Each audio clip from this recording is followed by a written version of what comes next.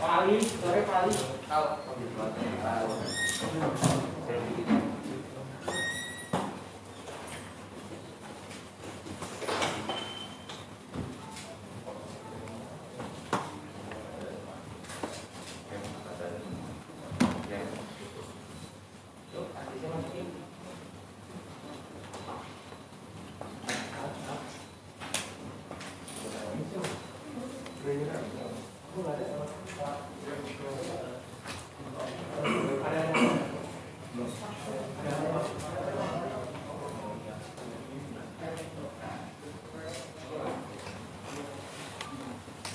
Sehat Kak Dedi, Pak Dodi.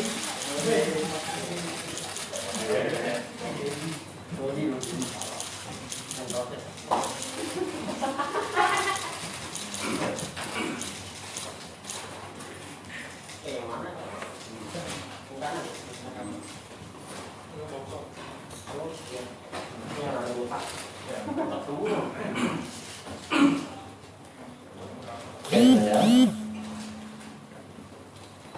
Bismillahirrahmanirrahim. Assalamualaikum warahmatullahi wabarakatuh. Selamat sore rekan-rekan semuanya. Sebagaimana yang kami jadwalkan, KPK jam 5 sore ini akan menyampaikan terkait dengan perkembangan hasil kegiatan tangkap tangan. Sebagaimana tadi pagi kami sudah sampaikan, KPK melakukan kegiatan tangkap tangan di Sumatera Selatan.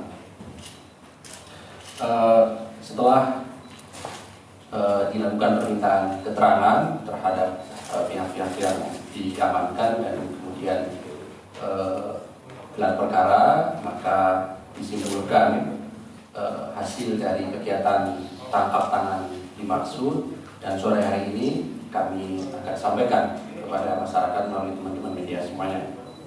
Hadir sore hari ini pimpinan Pak Alek dan juga Pak Direktur Pendidikan Pak Setio Budi. Nanti setelah poin-poin dibacakan oleh pimpinan, berikutnya nanti kami akan tunjukkan barang bukti dari hasil tangkap tangan dimaksud. Setelahnya kami persilakan teman-teman untuk bertanya terkait dengan perkara ini. Jadi kami silakan khusus untuk perkara kegiatan tangkap tangan yang kami lakukan kemarin hari Jumat. Baik, kami silakan Pak Alek untuk menyampaikan beberapa poin perkembangan mengenai kegiatan tangkap tangan dimaksud. Kami silakan, Pak.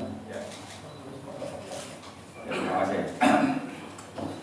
Ya, KPK pada hari Jumat kemarin, tanggal 15 Oktober tahun 2021 sekitar pukul 11.30 atau 12 siang, tim KPK telah mengamankan 6 orang di wilayah Musi, Banyuasin, Sumatera Selatan, dan sekitar jam 8 malam tim KPK juga mengamankan 2 orang di wilayah Jakarta, yaitu sebagai berikut: DRA Bupati Musi Banyuasin periode 2017-2022, HM Kepala Dinas PUPR Kabupaten Musi Banyuasin, EU Kepala Bidang SDA Sumber Daya Air, garis miring PPK pejabat pembuat komitmen Dinas PUPR Kabupaten Banyuasin, SUH ini swasta, Direktur PT Selaras Simpati Nusantara, IF Kepala Bidang Preservasi Jalan dan Jembatan Dinas PUPR Kabupaten Banyuasin, MRD ini ajudan Bupati, BRZ ini staf ahli Bupati, dan AF Kabid Pembangunan Jalan dan Jembatan Dinas PUPR. Adapun kronologis kegiatan tangkap tangan adalah sebagai berikut. Pada hari Jumat tanggal 15 Oktober tahun 2021, tim KPK menerima informasi akan adanya dugaan penerimaan sejumlah uang oleh penyelenggara negara yang disiapkan oleh SUH yang nantinya akan diberikan pada DRA melalui HM dan EU. Selanjutnya dari data transaksi perbankan diperoleh informasi adanya transfer uang yang diduga berasal dari perusahaan milik SUH kepada rekening bank milik salah satu keluarga EU. Setelah uang tersebut masuk di rekeningnya keluarga EU, lalu dilakukan penarikan secara tunai oleh keluarga EU tersebut untuk kemudian diserahkan kepada EU. EU lalu menyerahkan uang tersebut kepada HM untuk diberikan kepada DRA. Tim selanjutnya bergerak dan mengamankan HM di salah satu tempat ibadah di Kabupaten Muba, Musi Banyuasin, dan ditemukan uang sejumlah 270 juta rupiah yang dibungkus kantong plastik. Tim selanjutnya mengamankan EU dan SUH serta pihak terkait lainnya dan dibawa ke Kejaksaan Tinggi Sumatera Selatan untuk dilakukan permintaan keterangan.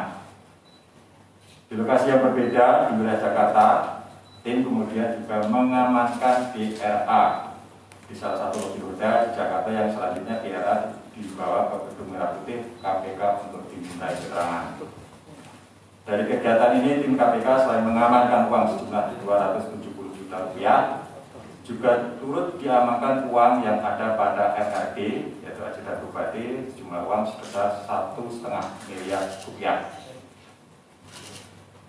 Setelah dilakukan pengumpulan berbagai bahan keterangan terkait dengan dugaan tindak pidana korupsi dimaksud, KPK melakukan penyelidikan yang kemudian ditemukan adanya bukti permulaan yang cukup, sehingga KPK meningkatkan status perkara ini ke tahap penyidikan dengan mengumumkan 4 tersangka sebagai berikut.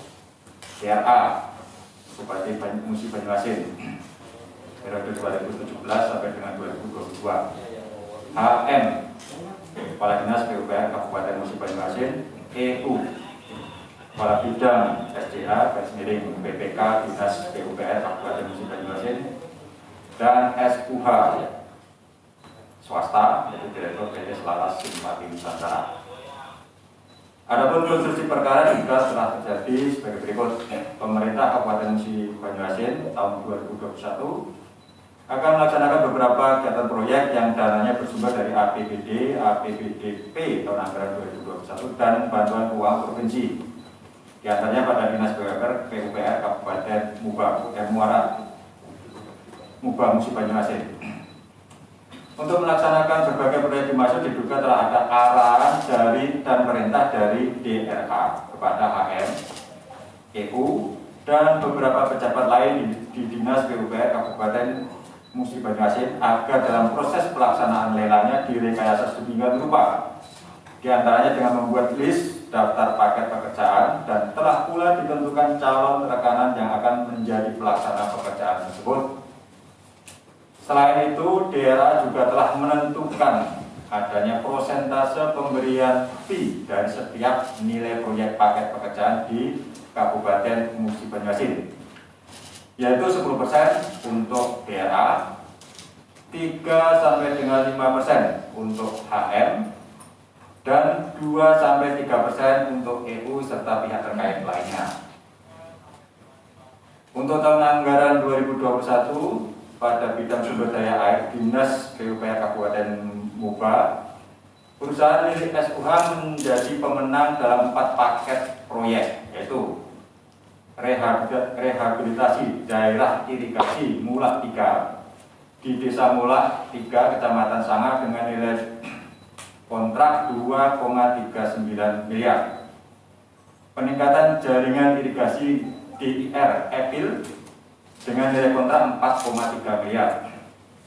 Peningkatan jaringan irigasi DIR Muara Teladan dengan nilai kontrak 3,3 miliar. Dan normalisasi Danau Ulak Ria Kecamatan Sekayu dengan nilai kontrak 9,9 miliar. Total komitmen fee yang akan diterima oleh daerah dari SUH dari 4 proyek dimaksud sejumlah sekitar 2,6 miliar. Sebagai realisasi pemberian komitmen fee oleh SUH atas dimenangkannya 4 proyek paket pekerjaan di Dinas PUPR tersebut, diduga SUH telah menyerahkan sebagian uang tersebut kepada daerah melalui HM dan EU. Atas perbuatan tersebut, para tersangka disangkakan melanggar pasal sebagai berikut.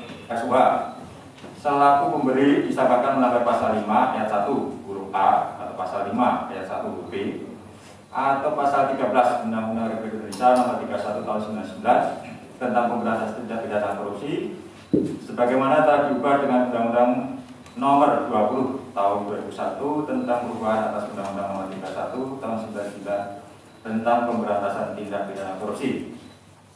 DRA, HR, dan EU selaku penerima disangkakan melanggar pasal 12 huruf A atau pasal 12 huruf B atau pasal 11 Undang-Undang Nomor 31 Tahun 1999 tentang pemberantasan tindak pidana korupsi, sebagaimana telah diubah dengan Undang-Undang Nomor 20 Tahun 2001 tentang perubahan atas Undang-Undang Nomor 31 Tahun 1999 tentang pemberantasan tindak pidana korupsi, junto pasal 55 ayat 1 ke 1 KUHP. Untuk keperluan proses penyidikan, tim penyidik melakukan upaya paksa penahanan kepada para tersangka untuk 20 hari pertama, terhitung mulai hari ini tanggal 16 Oktober tahun 2021 sampai dengan 4 November 2021 di rutan KPK sebagai berikut. DRA ditahan di rutan KPK Kapling C1. HM ditahan di rutan KPK pada Pom dan Jaya Guntur. EU ditahan di rutan KPK Gedung Merah Putih, dan SUH ditahan di rutan KPK Gedung Merah Putih. Untuk tetap menjaga dan menghindari penyebaran COVID-19 di lingkungan rutan KPK, para tersangka akan dilakukan isolasi mandiri selama 14 hari di rutan masing-masing. KPK berterima kasih atas dukungan masyarakat, pihak kepolisian daerah, dan Kejaksaan Tinggi Sumatera Selatan yang turut membantu kelancaran kegiatan tangkap tangan ini. Untuk kesekian kalinya, teman-teman, suap terkait dengan pengadaan barang dan jasa kembali terjadi. Ini sudah berulang kali kami mengingatkan kepada kepala daerah dan juga kepada pengusaha-pengusaha di daerah dalam pelaksanaan proyek agar tidak terjadi atau menghindari suap dalam pelaksanaan proyek tersebut. Ada dugaan kenapa ada pengaturan seperti itu dan ada suap. Ini HPS-nya biasanya kalau dari perencanaannya sudah direncanakan nanti siapa pemenangnya, itu HPS-nya biasanya ditinggikan, sehingga sudah memperhitungkan fee tertentu yang nanti akan diberikan kepada pejabat di daerah selain untuk keuntungan perusahaan. Tadi kita baca ada sekitar 15% fee, ya, itu minimum yang diterima oleh para pejabat di Musi Banyuasin. Ya. Kalau ditambah keuntungan perusahaan sekitar 15%, kemudian dikurangi PPN 10%, artinya apa? Dari nilai proyek itu hanya Rp60 yang untuk pekerjaan. Kalau nilai kontraknya itu Rp100, hanya Rp60. Itu tadi rinciannya, fee 15%, keuntungan perusahaan 15%, plus PPN 10%, itu sudah 40% sendiri. Ya. Nah, ini tentu berdampak besar terhadap kualitas pembangunan dari infrastruktur sendiri, pasti. Gitu. Ya. Makanya dalam kesempatan ini sekali lagi kami KPK berharap tidak ada lagi kegiatan suap menyuap dalam pelaksanaan kegiatan pengadaan barang dan jasa, utamanya pembangunan infrastruktur, agar pembangunan infrastruktur itu dapat berjalan dengan baik, berkualitas baik, dan tentu saja itu hasilnya pasti akan dinikmati oleh masyarakat. Saya kira itu yang bisa kami sampaikan. Silakan nanti kalau ada yang ditanyakan. Terima kasih. Baik, terima kasih Pak Lek yang telah menyampaikan beberapa poin terkait dengan perkembangan kegiatan tangkap tangan di Kabupaten Muba Sumatera Selatan. Pada prinsipnya bahwa KPK telah menetapkan 4 orang sebagai tersangka dan juga dilakukan penahanan selama 20 hari pertama dengan barang bukti uang dalam rupiah 250 juta dan 1,5 miliar rupiah. Berikutnya kami tunjukkan barang bukti dari hasil kegiatan tangkap tangan dimaksud.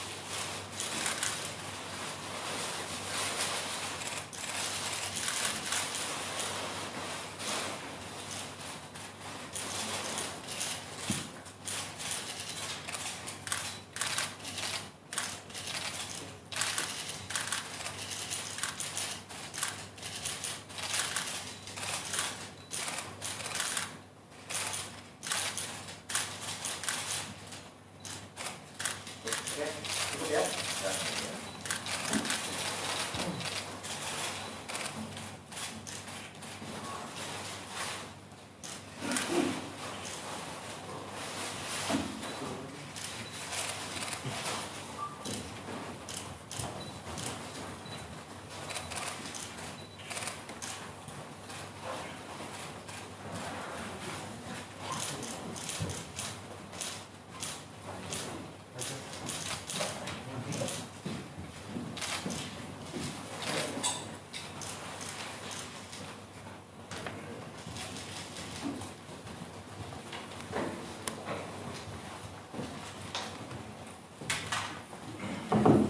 Baik, kami silakan 3 orang penanya terkait dengan perkara ini ya. Silakan.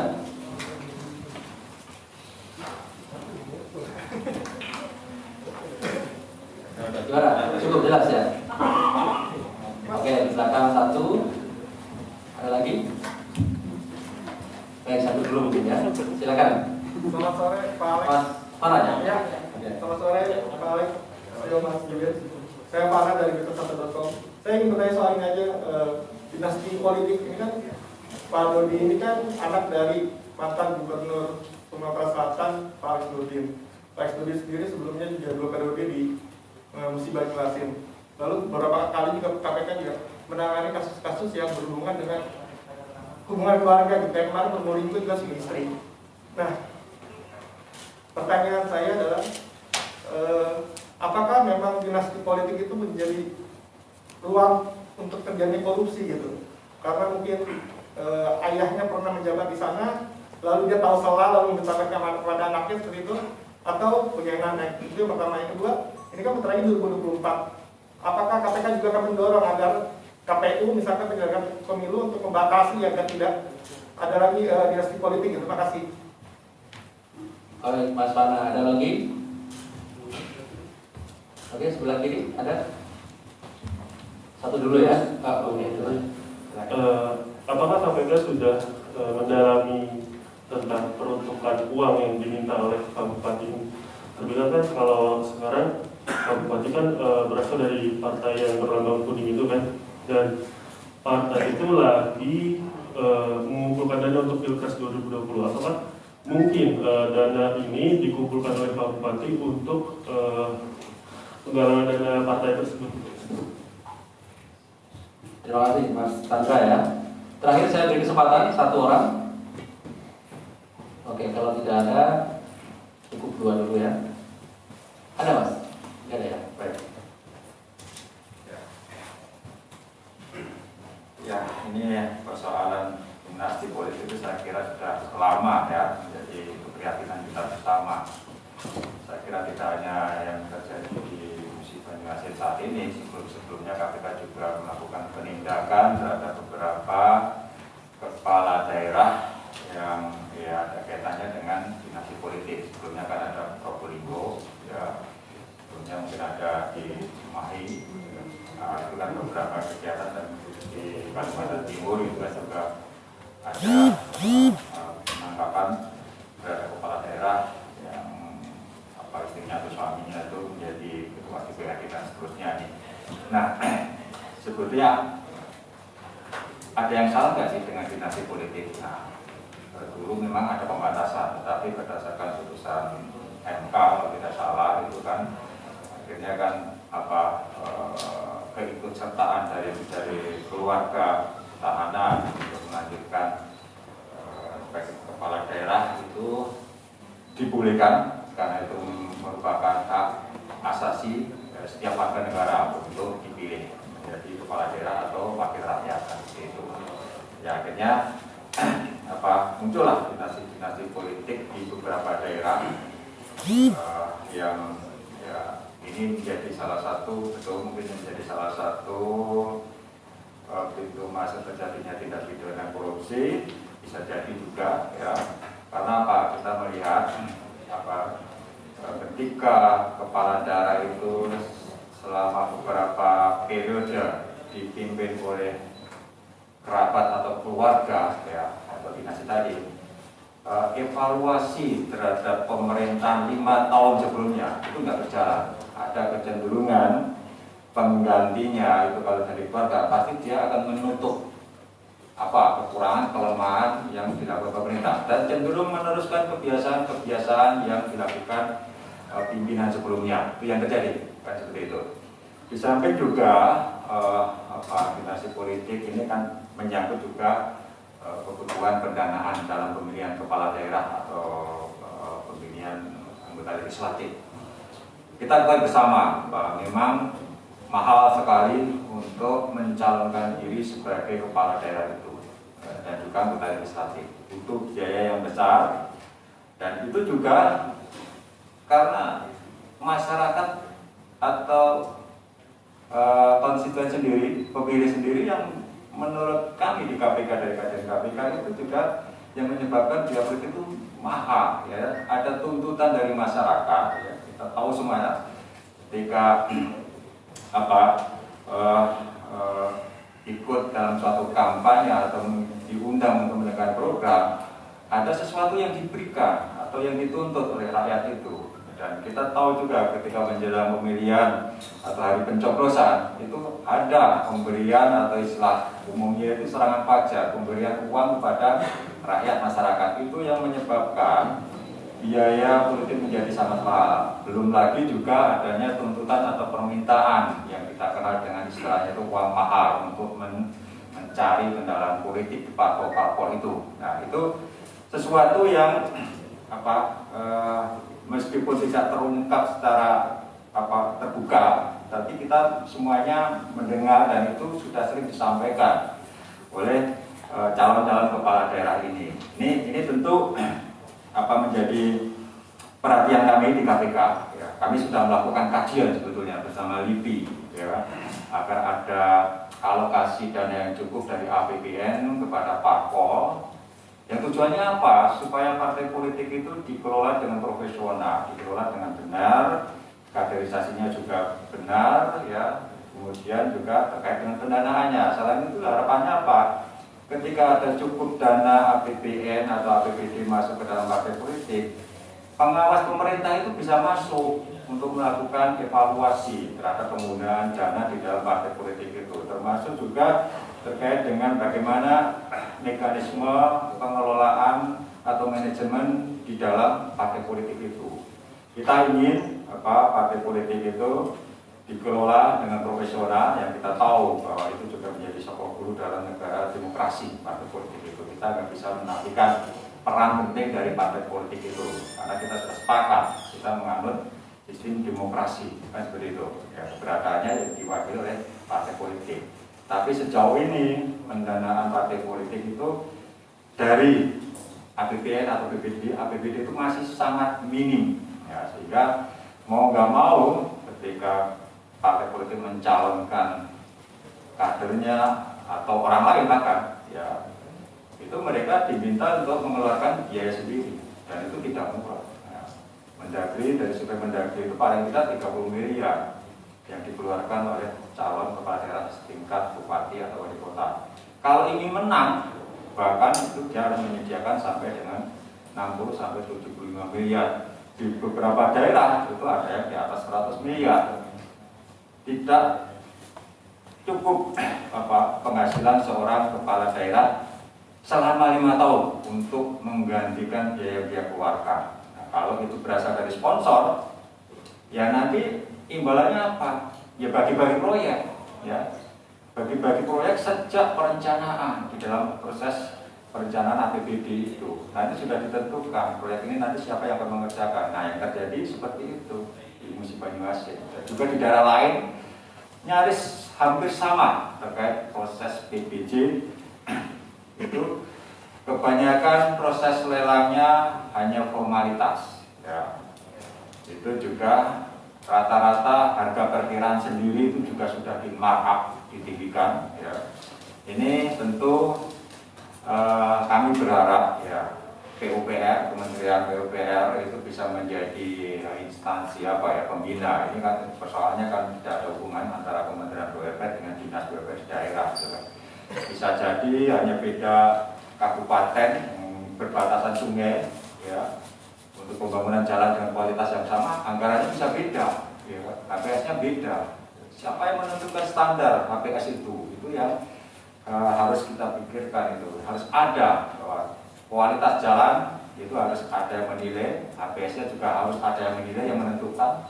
Supaya apa? Tidak ada disparitas HPS antar daerah, antar wilayah itu, ya. Ya kecuali kalau di wilayah Papua itu kan karena jauh, ya, sehingga materialnya banyak didatangkan dari luar provinsi, wajar. Tapi itu tadi, kalau di dalam suatu wilayah itu HPS yang antar daerah yang hanya berbatasan sungai yang beda, itu sudah menjadi suatu hal yang anomali, sangat tidak masuk akal. Dan ada kecenderungan itu tadi, HPS yang diatur sejak dari proses perencanaan APBD. Bagaimana pembatasan dinasti politik 2024? Ya tentu saja kami tidak bisa membatasi seorang anggota keluarga misalnya ikut dalam pilkada untuk menggantikan orang tuanya Pak, atau istrinya atau suaminya yang sudah selesai menjabat. Karena apa? Putusan MK sudah jelas menyatakan bahwa hak dipilih itu adalah hak setiap warga negara. Nah, kami hanya mengimbau kepada masyarakat, sekali lagi ya, demokrasi yang cerdas itu kan tidak hanya menuntut independensi atau integritas dari calon kepala daerah, penyelenggara penting juga itu, dan yang lebih penting para pemilih. Para pemilih itu juga harus berintegritas dan cerdas, kan gitu kan. Jadi kalau para pemilihnya masih terpujuk dengan pemberian uang, ya akhirnya demokrasi kita yang menjadi semacam prinsip hukum dagang kan, ya, membeli suara, nanti hitung-hitungannya ketika terpilih itu akan dihitung untuk ruginya, kan seperti itu. Ini tentu tidak sehat dalam proses demokrasi kita, gitu kan. KPK senantiasa biasanya menjelang pilkada atau pemilu selalu menghimbau kepada masyarakat pemilih itu untuk dan juga kepada calon untuk menghindari politik uang itu, atau masyarakat diharapkan menolak setiap tawaran ujuk rayu untuk memilih calon itu dengan imbalan uang.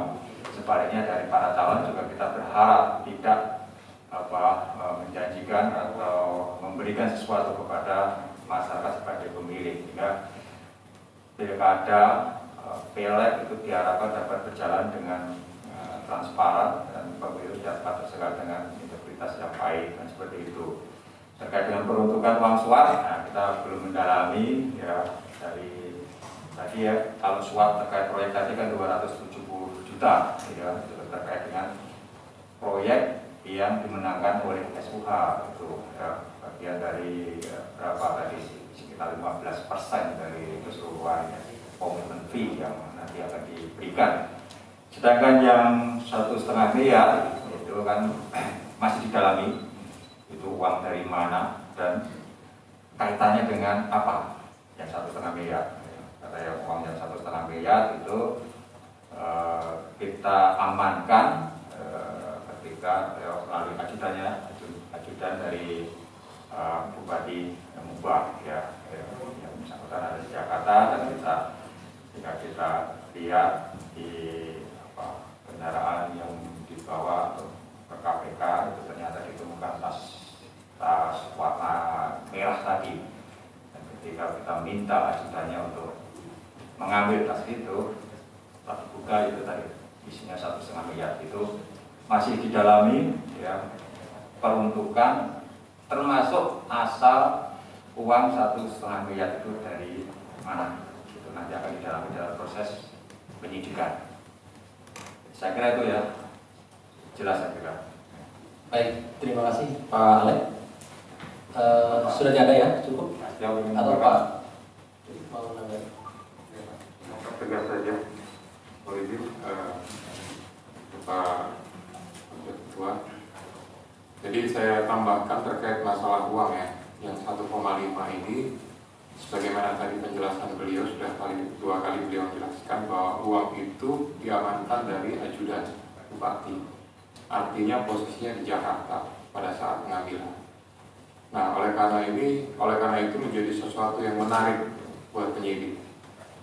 Oleh berdasarkan temuan tersebut. Dan nantinya akan kami dalami. Yang pertama adalah sumbernya, asalnya dari mana uang tersebut. Kemudian yang kedua adalah maksud dan tujuan uang itu dibawa, ya. Kemudian untuk apa, keperluannya atau kepentingannya. Nah, dari situ nanti mudah-mudahan kita bisa mendapatkan bukti, ya. Jadi beberapa yang tadi saya sampaikan. Itu aja. Terima kasih. Baik, terima kasih Pak Jundit. Sudah tidak ada lagi ya, saya kira. Baik, terima kasih pimpinan Pak Oleh dan Pak Jundit yang hadir pada sore hari ini. Terima kasih juga kepada rekan-rekan yang hadir pada hari ini, hari Sabtu, tanggal 14 Oktober 2021. Terima kasih. Assalamualaikum warahmatullahi wabarakatuh.